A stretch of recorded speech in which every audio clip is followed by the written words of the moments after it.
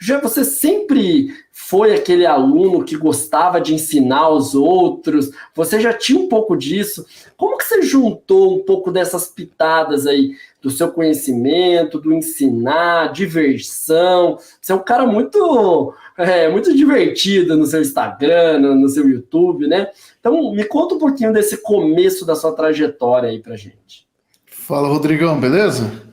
Queria agradecer o convite aí, mandar um abraço pra galera que estiver ao vivo com a gente. E, cara, eu acho que as melhores coisas acontecem quando você menos espera, né? Eu, antes de fazer físio, eu fiz faculdade de turismo. Eu Caramba, que fiz uns 8 diferente. meses de turismo, assim, aí eu tava lá, falei, caraca, cara, eu nunca fui bem em história, né? Aí só tinha, era história da arte, história do Brasil, história geral. Era muita história. Eu falei, puta, não é pra mim esse negócio aqui. Aí eu falei, porra, saí desse negócio do turismo, fui fazer um teste vocacional. Olha que interessante. Então, porque minha mãe falou, cara, você tem que tomar um jeito aí na vida, cara. Ah, Alguma coisa tem que você tinha quantos fazer. anos? Você tinha quantos anos? Tinha. Agora a galera vai descobrir nossa idade, né? Isso, Isso, isso. isso foi em 98. Eu Tá. tinha 19 anos. Ah, é novo mesmo. Aí, É comum a gente assim, tá imaturo, não saber muito o que você quer fazer pro resto da vida, né? Porque o resto da vida é muito tempo, né, Rogério? cara, isso aí é desumano, né? Com a pessoa que é nova assim, né? Sim. E aí eu tava fazendo turismo, eu desisti ali no meio, e na época, não é que nem é hoje, que é por semestre, né? Entra Uhum. pelo Enem, tem nota. Era vestibular e era por ano, né? Sim. Então, se você perdesse o vestibular no fim do ano, é só o ano que vem, não tinha essa mamata de semestral, não. É, você fica um ano sem fazer nada, né? Você perde Não, o ano mesmo, né? você tinha que ficar. Eu fui fazer cursinho, né? Uhum. Aí eu, a minha mãe falou: "Ó, conheço uma psicóloga aí, você vai fazer um teste vocacional com ela." Eu falei: "Mas que diabo é um teste vocacional, né?" Ela falou: "Eu também não sei, vai lá e fala com ela." Aí eu conversei com a mulher lá, e ela falou: "Ó, cara, eu vi aqui pelas respostas que você me deu que você tem alguma coisa com saúde, corpo humano e tal." Ela falou: "Você já pensou em educação física? Não sei o quê." Aí eu falei: "Ah, vou pensar aqui nas coisas, né?" E Tá. na época, quem estava na hype era o filé, né? Não se falava, não tinha Sim. redes sociais. O que a gente ouvia falar era pela televisão, né?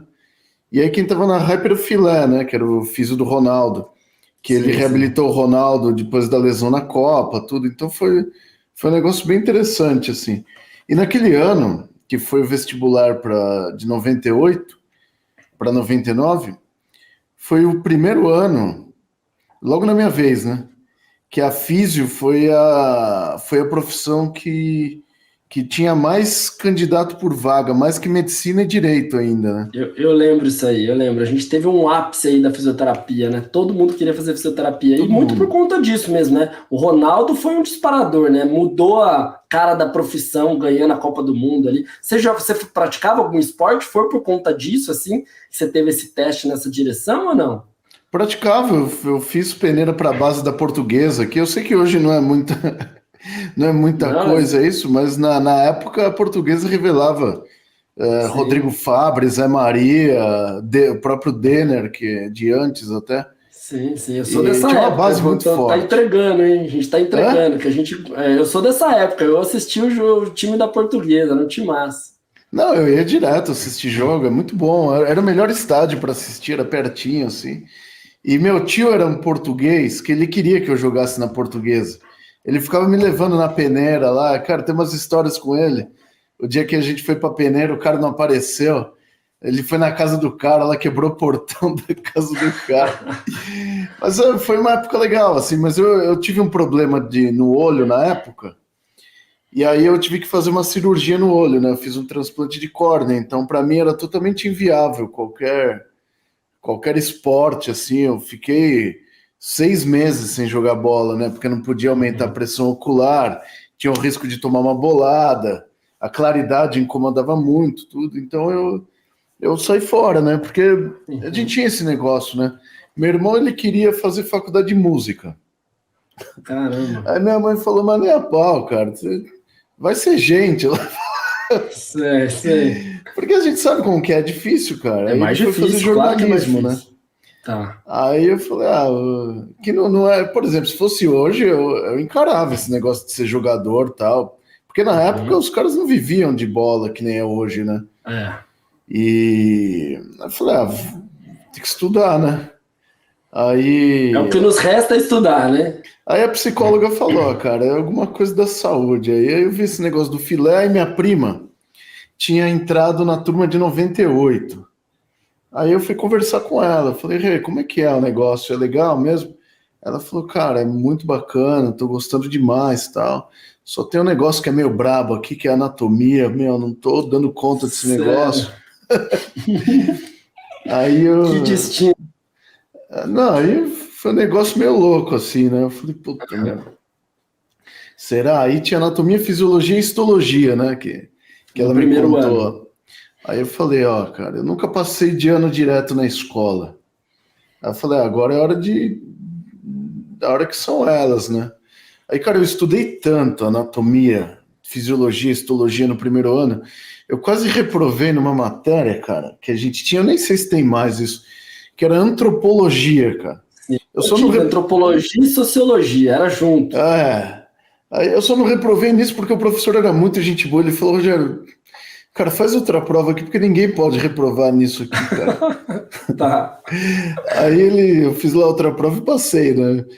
Aí eu comecei e tal, eu comecei a pegar gosto pela coisa, que nem assim, pra gente que tá hoje aqui, vendo toda a tecnologia que tá, é fácil a gente falar das coisas, mas Sim. Se a gente voltar 20 anos atrás, não sei que ano que você se formou.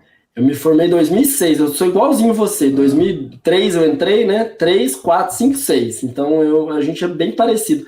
A anatomia era onde todos os alunos, assim, quem estava na dúvida se entrou na fisioterapia e não sabia se queria, era ali que o cara desistia. Né? Eu não sei se hoje é assim ainda, mas tinha aquele cheiro do formol muito grande. Né? O primeiro contato realmente com uma coisa mais da área da saúde ali é a anatomia, aula prática, né? E aí, na minha faculdade ainda era corpos mesmo ali, né? Hoje tem um monte de robô de boneco e tal, que é mais leve, mas, nossa, eu lembro que era pesado, tinha o cheiro de formol, tinha sensação de ser um corpo mesmo, né? Ali, então... Muita gente desistia nessa hora. Você ainda vê isso aí com o pessoal ou não? Agora que assim, na minha época era mesmo cadáver, tudo formalizado. Só que foi bem no ano que eu tava no primeiro ano, eu operei o olho, né? Eu fiz o transplante e ficou muito sensível o olho. Então, quando chegou nas provas finais, eu fui até conversar com o meu coordenador, eu falei, cara, eu não consigo entrar no laboratório do jeito que é, né? Aí ele falou, cara, não tem o que fazer, cara. Se não fizer essa, é só ano que vem, cara. Você vai perder o ano. Aí eu falei, puta, e agora, né? Aí eu fui fazer a prova de óculos escuro, fiz o que dava lá, eu passei na prova, tudo. Mas era assim, porque não tinha esse negócio de boneco sintético ainda. E hoje, se você pegar, a maior parte das faculdades não tem mais cadáver. Eles trabalham com boneco. Você pergunta para mim, cara, o aluno de físio, vou falar de outras carreiras assim, ele perde alguma coisa se não tiver um cadáver? Não perde nada. Eu também Porque acho assim, a questão do cadáver, da dissecação, tem muito mito em volta disso, né? Eu fiz bastante tudo. Mas, por exemplo, para quem é mais importante isso? Para o camarada que é da medicina mesmo. Ele vai ter que cortar, se ele for para a parte de cirurgia, tem que entender planos das coisas. Porque para a gente é mais importante a gente entender relações que você tem entre um músculo e um nervo. Então, eu não preciso dissecar, é só eu abrir um pouquinho lá e ver, tem a passagem do nervo fibular comum aqui. O que pode acontecer com isso, entendeu? É uma coisa que é mais simples. Mais funcional, assim, né? O nosso. Então, e num boneco, assim, hoje em dia tem aquele bonecão bombadão, ele é bem bacana, assim. É claro que se for num cadáver, melhor ainda. Só que hoje o problema da doação de corpos é uma coisa muito complicada, porque a gente dependia dos indigentes antes, e hoje tem toda uma legislação, a Polícia Civil, eu não sei em outros lugares, mas aqui em São Paulo é um horror, assim, o trabalho dos caras. Quem já foi numa delegacia fazer um boletim de ocorrência sabe como que é o trabalho deles de liberação também. Aí, por exemplo, você chega lá um corpo, é um indigente, não tem nada, vai para doação para a faculdade. Os caras demoram tanto que você não consegue recuperar alguns órgãos. O cérebro você perde, porque ele desidrata e aí você não consegue retirar e esfarela. O fígado vai pro saco, então você acaba aproveitando só a sua casca mesmo, né? Músculo e osso. Que pra gente é bom isso aí, né? Você sabe que agora eu fiz tô com uma parceria com uma faculdade aqui em São Paulo, o CTA.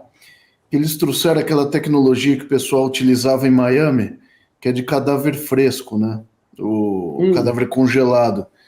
E agora a gente fez o evento de 10 anos do Anatomia Fácil, e aí eu fiz até uma dissecação lá com 3 cadáveres congelados, né? E, cara, é outra dinâmica. Funciona bem? Funciona bem? É incrível. É assim, é que nem você... Sabe quando você compra carne na Swift? O cara tira já, congela. E o congelamento dos caras é 40 graus negativos. Então, por exemplo, eu abri um joelho lá que ele tava lá na geladeira deles, não era utilizado ainda, porque eles fazem alguns cursos para ortopedia, né? Então, tem cursos, por exemplo, para cirurgia de ligamento cruzado anterior. Então, eles vão lá e usam aquele joelho para fazer. Tem um joelho lá que está com uma prótese também, porque eles fizeram a simulação. Caramba, então, é legal porque eles fazem a simulação no cadáver fresco, né? Então, aí tem toda uma técnica de descongelamento. Só o descongelamento demora 2 dias para fazer todo o descongelamento, para não apodrecer a peça, tudo. Então é muito legal, assim. Só que, por exemplo, agora eles vão abrir curso de físio. É legal a pessoa ver como é, se você tem uma boa explicação daquilo, porque assim, eu vejo como era na minha época, assim. Ficava lá no laboratório, por exemplo, meus professores eram dentistas de anatomia. Então, por exemplo, se eu for dar uma aula para o curso de odontologia, não é legal, porque os caras têm um negócio mais de face, entendeu? Sim. Então lá tem um dentista que faz a parte de cabeça. Então, para a parte de corpo, o que acontecia? Ficava lá, legal, tem cadáver, tudo aqui, só que não tinha aula propriamente dita. Então você ficava ali olhando a coisa e falando assim, e agora? Que é o que o aluno pensa, entendeu? Eu acho onde eu começo. Eu acho que falta uma relação, né? Os alunos do começo, ele não consegue ter a noção do porquê que ele fala isso. Eu até sempre brincava quando dava lá na faculdade, falava assim, o grande lance seria agora vocês do 4º, 5º ano ir lá na anatomia, porque agora você ia fazer sentido você ver uma peça. Só que essa relação acaba não acontecendo, né? Então, é só o crescimento do começo para o fim, mas do fim para o começo a gente nunca tem. E eu acho que isso seria muito interessante, né? A gente faz... eu não sei o que você pensa com relação a isso. Aconteceu comigo também isso aí. É normal, é natural. Com todo aluno, com você deve ter acontecido. Se eu olhava aquele negócio e falava, né? Aí agora, né? Porque assim, hoje, com o tanto de informação que a gente tem, quando uma pessoa me pergunta, a pessoa chega no primeiro ano, ela não entende o porquê daquilo. Por que tanto anatomia? Pra gente que é da físio, né? E assim, essa peça só vai se encaixar quando ela chegar no estágio. E se tiver aquele incentivo do professor também. Porque aí você entende que a anatomia ela é a base do processo, então o objeto de estudo do camarada da saúde é o corpo humano. Então todo o problema, quando você abre um canal de notícias, está lá, a Anitta teve lombalgia, o Wesley Safadão teve não sei o quê. É tudo problema no corpo, assim, a gente não acaba assunto para a gente falar, né? Sim. E aí a pessoa tem que entender isso, então ela só consegue entender uma lesão se ela entender a estrutura. Eu falo para os caras, é a mesma coisa que você levar seu carro no mecânico, e aí o cara não manja de mecânica o carro é Honda. Aí o cara é mecânico da GM.